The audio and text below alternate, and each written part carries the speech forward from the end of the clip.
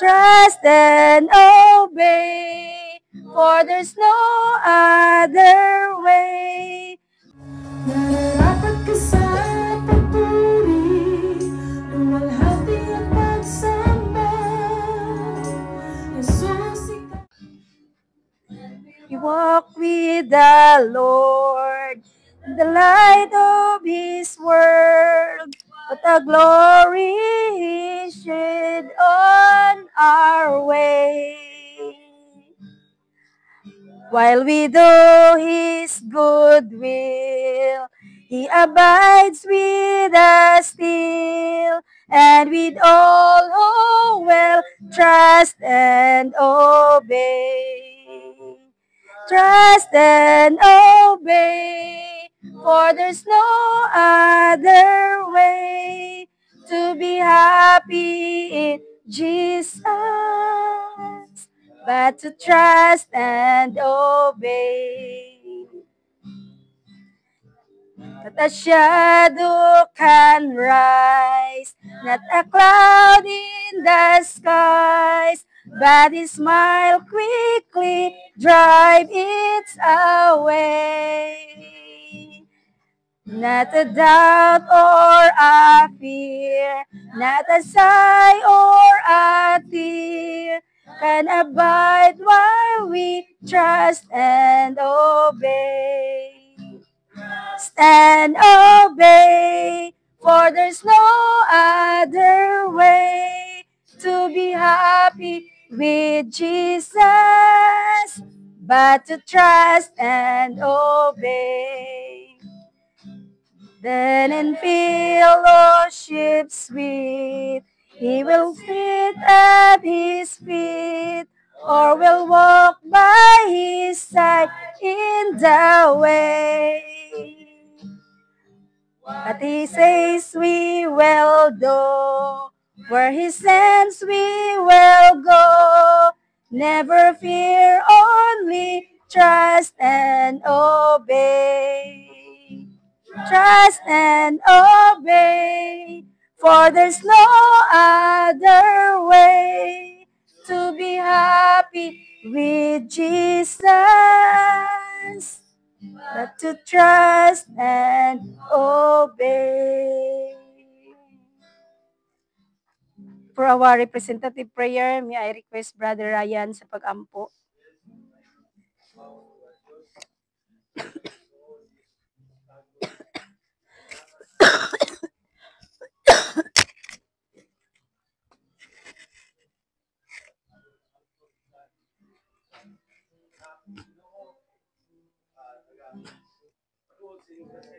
Yes, Lord. Hallelujah, hallelujah. Oh, glory, glory. Glory to your name, oh God. Hallelujah. Yes, Jesus. Yes, Lord.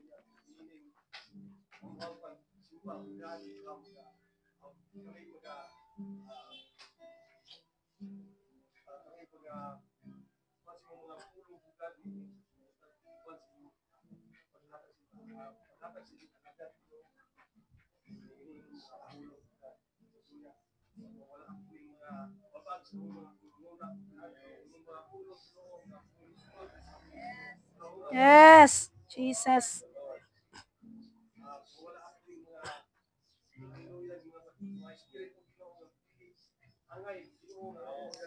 Glory, hallelujah. Hallelujah, hallelujah. Holy Spirit, hallelujah.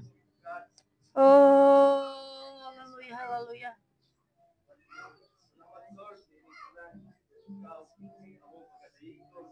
Oh, Jesus.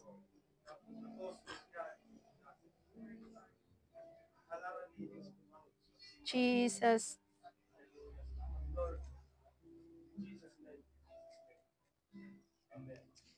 Amen. Maglingkod ta mga igsoon. O, padto ta sa dunay mga halad. Ay, halad og awit, mga igsoon, testimony.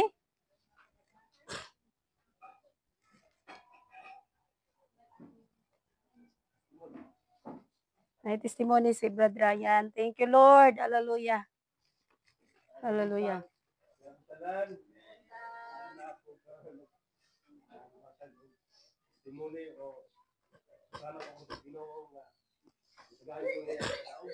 Amen.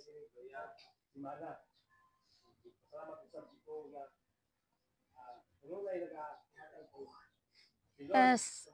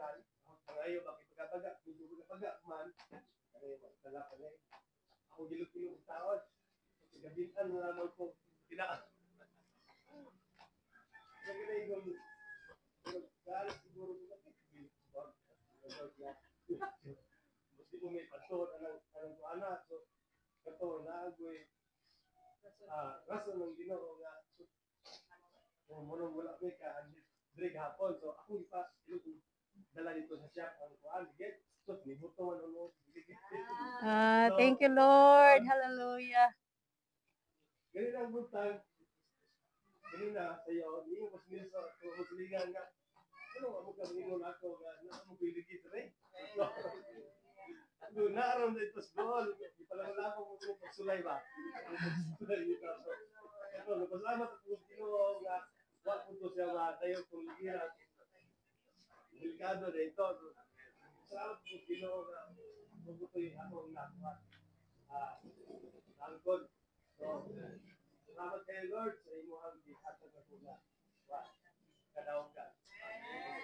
Hallelujah. Dahil na itong buhay nga Diyos. So, nagpasalamat ko nga, wala sila ni Ari, kay ni Buto ang ligid. Kay nga no, kung moari sila, wala sila gipugnan sa Ginoo, wala sila ni obey sa pagpugong ni Lord, may tendency nga mubuto to siya sa dalan. So, dunay dakong kadaot. So, mo na nga usahay, maminaw jud ta sa tingog sa Ginoo. Then, si Brother Ryan, gitest siya ni Lord siyang patient. Mo na nga, bisan na sa dulang ligid, nagtuyok-tuyok pa siya bisag asa. So, in everything we do, mga igsuon, kanunay ta patubuon sa Ginoo. Sa daghan kaayo nga bunga, sa siyam ka bunga gigihatag ni Lord diha, i-test ang atong kinabuhi kung unsaon nato pag gamit diha sa adlaw-adlaw natong pagkinabuhi. Dili ga pasabot nga kanunay ta nagsimba matag Domingo lig-on na ta. Dili sa diha ang bunga nga isulod sa Ginoo pinaagi siya balang Espiritu Santo. Itistingan ta kung unsaon nan ato paggamit nga igsuon. So kung lig-on ang usa ka amahan, dili niya matumba, mugamit ang kaaway sa inahan. Kung lig-on ang inahan, mugamit ang kaaway sa mga anak.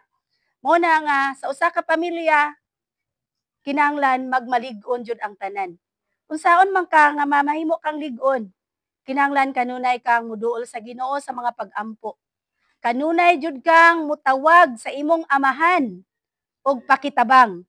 Wala gani kay pagtawag sa imong amahan nga pagpakitabang. Every now and then, delikado ang imong kinabuhi. Then, kung wala kay pagkaon, espirituhanon, nga pulong sa Dios, kanunay kang gutmon sa kalibutanon. Kung gutom ka sa kalibutanon, mauna imo kanunay gukdon. Mangitag bugas, mangitag pagkaon, mangitag gamit, mga sanina, mga unsa diha, mo natong gukdon. Sa dihang mugukod ta ni ana, mawala ang atong oras sa Ginoo. Wala na tay time para ni Lord, dili na ta mag-ampo kay nabalakan na tas ta ng mga butang. Ilabi na mga minyo, magkapuliki ta sa atong mga anak kay mabalakat taon sa ipasuot unsay mga kinahanglan nila sa eskwelahan. Sa dihang mabalaka na ganita, wa na tay time. Then sa ingon ni Lord, ayaw kamo kabalaka. Mao ni ang giingon. Kinahanglan kabalo ta mo manage sa ato ang pagkinabuhi. Then kung lig-on ang managtiayon, mga anak birahon mo nang mga anak kanunay ipaduol sa Ginoo. Sa dihang ma-open ang ilang pagsabot, kabalo sila mo balanse sa ilang pagkinabuhi nga dunay Ginoo. Mo na, dili tanan makaayo ning kalibutana. Ikapahamak kana nato kung wala tay langit nung kaalam gikan sa Ginoo. Tingali maalamon ka na nimo ang kaalam kay nag-eskwela ka, pero tawhanon na nga kaalam. Mas labaw ang langit nun nga kaalam. Mauna kanunay pangayua sa Ginoo. So mao na nga ang church bisag asa ka kanunay gitayog. Mudaghan, mugamay. Gishaken kung unsaon nimo paggamit bilang anak sa Dios. Kung kanunay kang nagduol sa Ginoo nga imong amahan, di ka ma-shaken. Sama sa imong papa ning kalibutana, sama sa imong mama diri sa kalibutan. Nga kung kanunay ka, doon na mo'y communication, tanan nimo ba problema man na o dili problema, makabalo jud imong papa. Why? Doon na mo'y close relationship. Dili pareho sa usa ka papa nga pabalon ra siya kung mangayog kwarta, pero sa panahon sa problema, dili kasulti. Ano why? Wala sila close relationship. Mao pud na sa Ginoo. Bisan gidugmok ta, bisan giyatakan ta sa mga tawo ning kalibutana, hinumdumi. Ang judgment sa tawo dili na siya dako. Pero ang judgment sa Ginoo mao'y pinakakuyaw. Kay si Lord mo dala nimo paingon sa impierno kundi kamo trust and obey. There is no other way. Only trust and obey. Trust and obey, mga igsuon.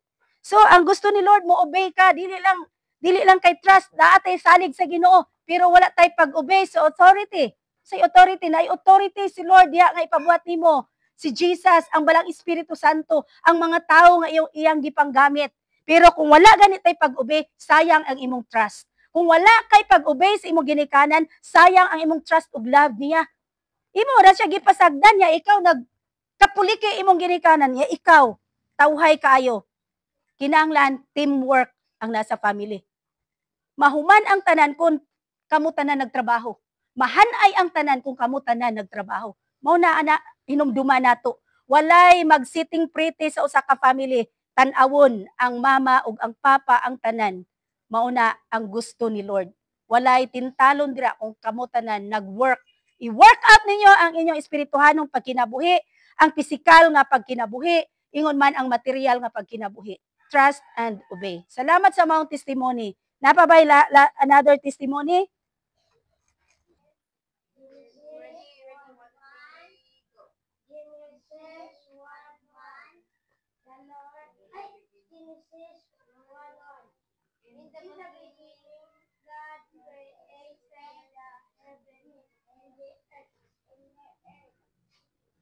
Amen. Ato palakpakan ang mga bata.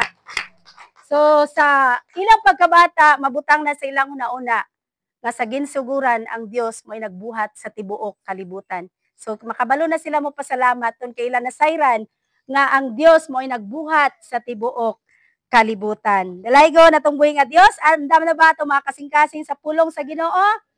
Amen. Ato palakpakan ang Ginoo. Ang gamot sa Susunod problema sa mao ang Born sala. to Praise TV Kung mao ni ang channel. nidominar sa ato We ang are kinabuhi, created sukad pa sa to pagkahimugso sa kalibutan, gikan nila ni Adan og ni Eva, og niining presenting panahon karon, daghan ang mga nailalom sa balaod sa sala. Apan miari si Jesus Christ aron nga ikaw ug ako magpabilin diha sa Ginoo aron mahimong gawasnon dili sa pagbuhat og sala kundi gawasnon kitang magkinabuhi uban sa tabang sa Ginoo. Mao na ang grasya. Bisan kung wala pa'y grasya mga igsoon, dili gyud ta makabarog atubangan sa Ginoo. Hugaw ta. Parihas nag usa ka trapo nga bisag unsaon natog piga, unsaon natog laba, magpabilin ra gyapon ang iyang kahugaw, ang iyang lama, mao na ang tawo. Apan pinaagi kang Hesukristo nga iyang gilansang nga napalansang dito sa krus sa Kalbaryo, kita na nga limpyo mga igsoon.